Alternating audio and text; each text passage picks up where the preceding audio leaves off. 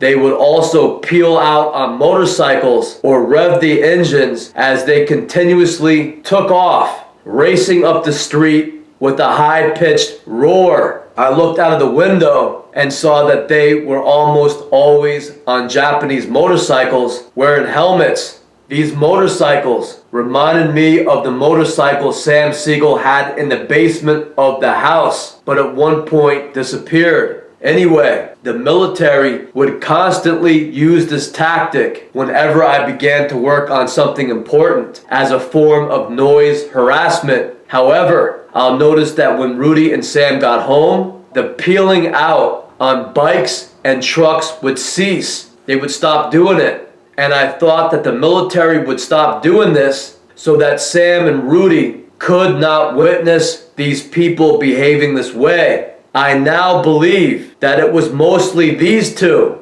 Rudy and Sam SIGEL, peeling out with trucks and bikes to harass me continuously whenever I'll work on one of these investigations or videos. So let's talk about Sam SIGEL for a little while. First, I would like to state that I recently watched all my older videos again, starting with the ones created in 2014. And I began to notice, if you listened to the background noise closely, you could hear Sam SIGEL's voice distinctly yelling things out like ho. The word ho is basically a trigger word, so it was very annoying for me to hear in some of my old videos this little teenage kid yelling ho over and over again while I was trying to do something important, like it was some big joke. So I met Sam SIGEL in 2011 when his father, Rudy SIGEL, was hired by Rachel and I to do some remodeling work in our old condo in Waterbury, Connecticut.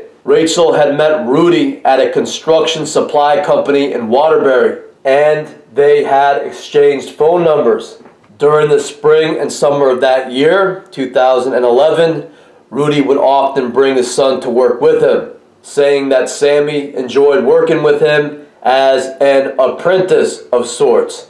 In 2011, Sam was supposedly around 13 years old. However, he acted older, like he was 15 or 16 at that time. Rudy let Sam drive their work van around the condo complex and said that sometimes Sam would drive the van out on the road. Sam SIGEL was very quiet and did not like to look people directly in the eyes. In fact, he always seemed to avoid all eye contact and would often look down. And if you spoke to him, he would answer in a slightly abrupt or an annoyed tone, as if he did not like talking too much. He had a deep voice for a younger kid, and at that time, I considered that Sam acted that way due to the fact that his father was an alcoholic who was known to be a little careless. So Sam was a nervous kid who was a little self-conscious about his father. This is a drawing of Rudy's house. When I moved in, Rudy had a double-sized bed where I guess both he and Sam slept. I did not consider that too weird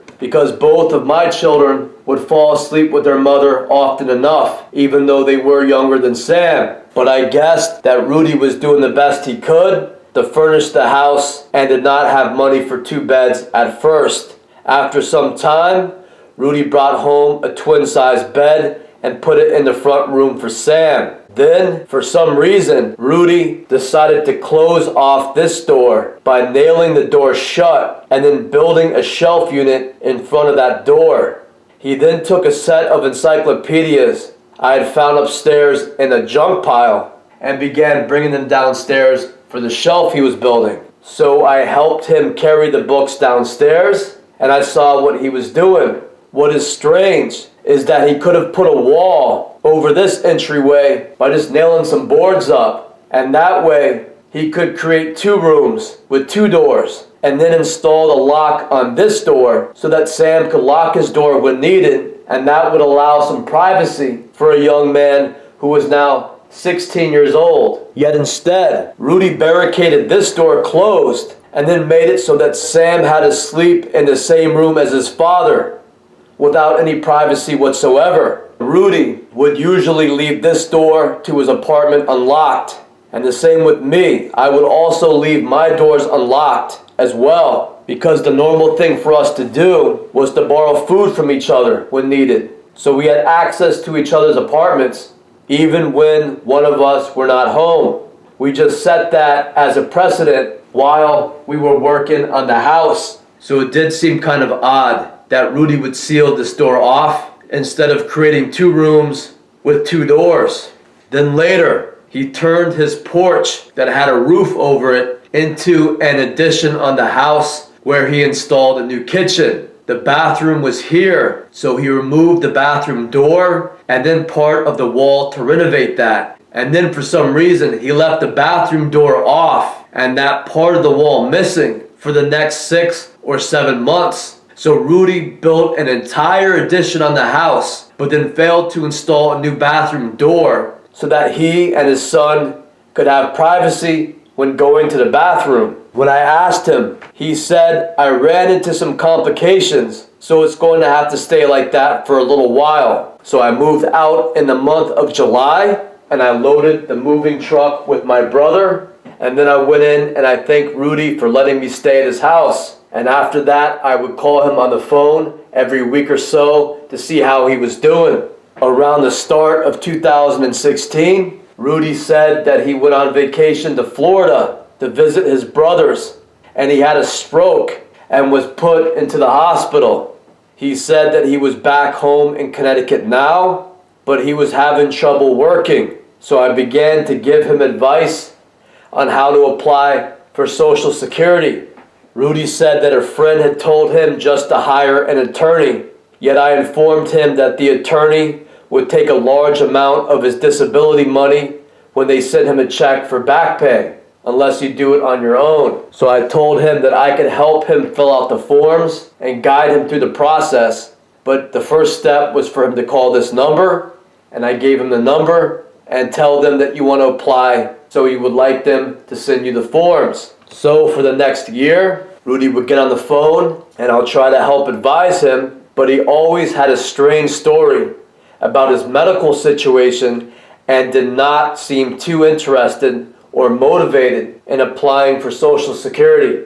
I drove to Connecticut to pick up Rudy around March of 2017 because I wanted to install a new window and a small set of stairs. And I wanted to give the work to him so that he'll have some money. So I drove to Connecticut, and then we drove back to New Hampshire together. And after he did the work here, I drove him back. At that time, he did not look sick or affected by a stroke in any way. This is a video of Rudy SIGEL taken in March of 2017. He seemed to have gained a little weight and was drinking again, but other than that, he seemed physically healthy. He did say something unusual. When I asked him if he had found a girlfriend, he said he did, but only for one night, and they were fooling around. And I quote, "It could have been a lesbian. She was either a lesbian or a fag. I don't know, but does it really matter?" So I walked away from him at that point so that he could concentrate on his work. Again, I wondered if he was just being an idiot on purpose to mess with me, and I guessed that maybe it was the alcohol influencing his odd behavior. After Rudy's stay, I noticed I began to suffer a lot of panic attacks, like difficulty breathing, a racing pulse, chest pain, headaches, sinus infections.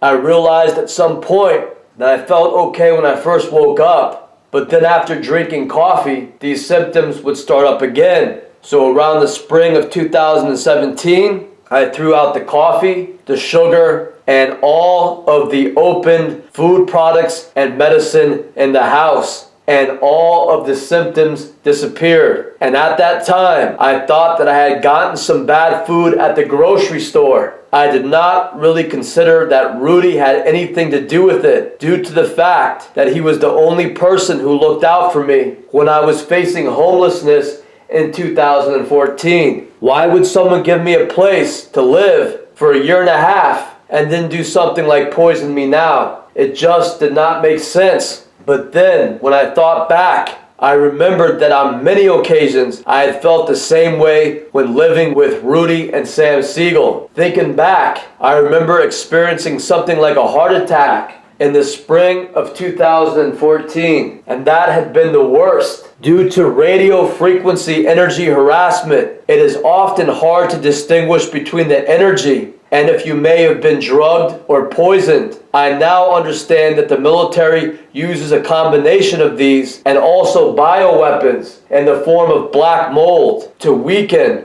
or scare the target so they are prone to fear and then prone to falling victim to mind control games where they take an active role in their own demise. It is something like a game that the military conducts to break the individual. They like taking a strong man or a strong woman and then slowly breaking them down into something that they can control.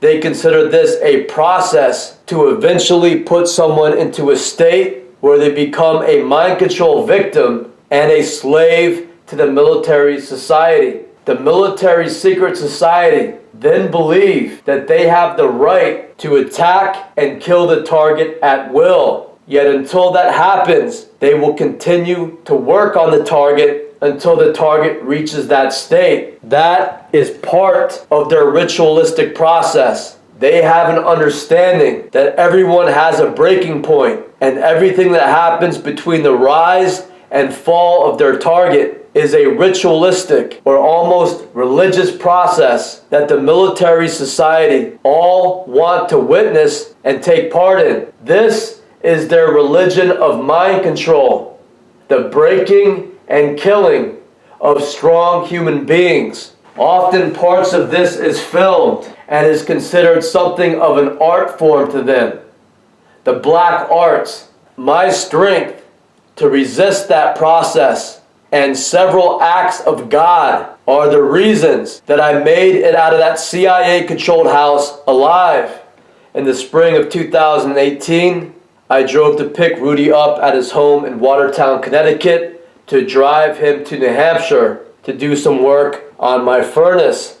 At that time, he had moved a few times since 2015. When I saw the house that Rudy rented in Watertown in the spring of 2018, I knew that something was not right. For example, he had a giant fire pit with a huge metal grate beside it for cooking things on. Above the fire pit was a wooden cross, and tied to the wooden cross was a headboard from someone's bed. The thing looked like they were trying to symbolize a burning bed. Rudy stated that the military paid the rent on that house as part of an agreement when Sam joined the National Guard.